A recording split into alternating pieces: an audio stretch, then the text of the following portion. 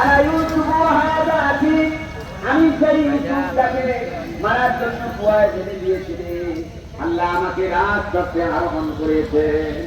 তখন তো ভাইরা ছটফট ছটফটে কাঁপতেছে, ওই সুন্নাহ লাফাতি আমরা তো সম্মান করেছিলাম। হযরত ইউসুফ আলাইহিস সালাম ইচ্ছা করলে ও ভাইদেরকে জেলে দিতে পারতেন, পুলিশে দিতে পারতেন।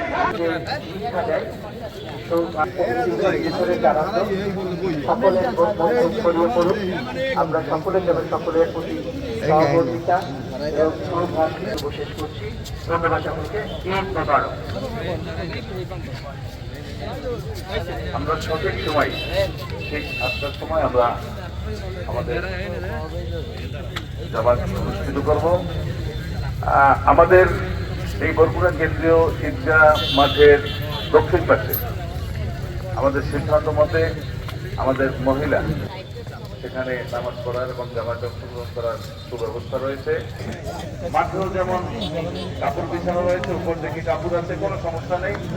আপনার দক্ষিণ দিকে ধীরে ধীরে আসুন এবং লিস্ট গ্রহণ করুন এবং আমরা ঠিক 8টার সময় আমাদের নামাজ অনুষ্ঠিত হবে।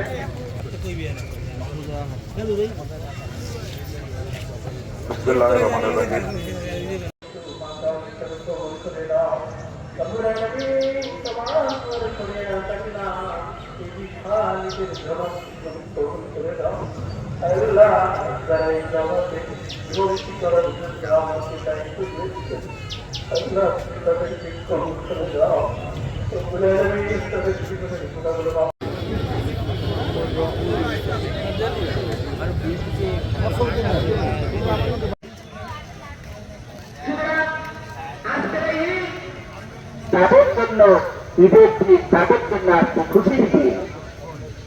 আর তারা রোজা আসছে, এটা হাদিস শরীফের কথা।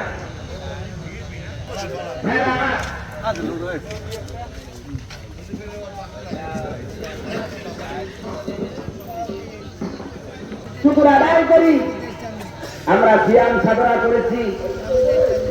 আমরা আল্লাহ রাসূল বলেছেন ঈদের দিনে ফেরেশতারা রাস্তার মোড়ে মোড়ে দাঁড়িয়ে থাকে আর রোজাদারদেরকে শিক্ষণ করতে থাকে যে তোমরা কষ্ট করে তোমরা রোজা পালন করেছো।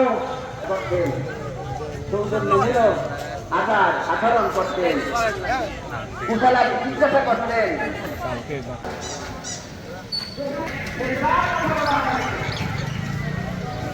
আমি আমার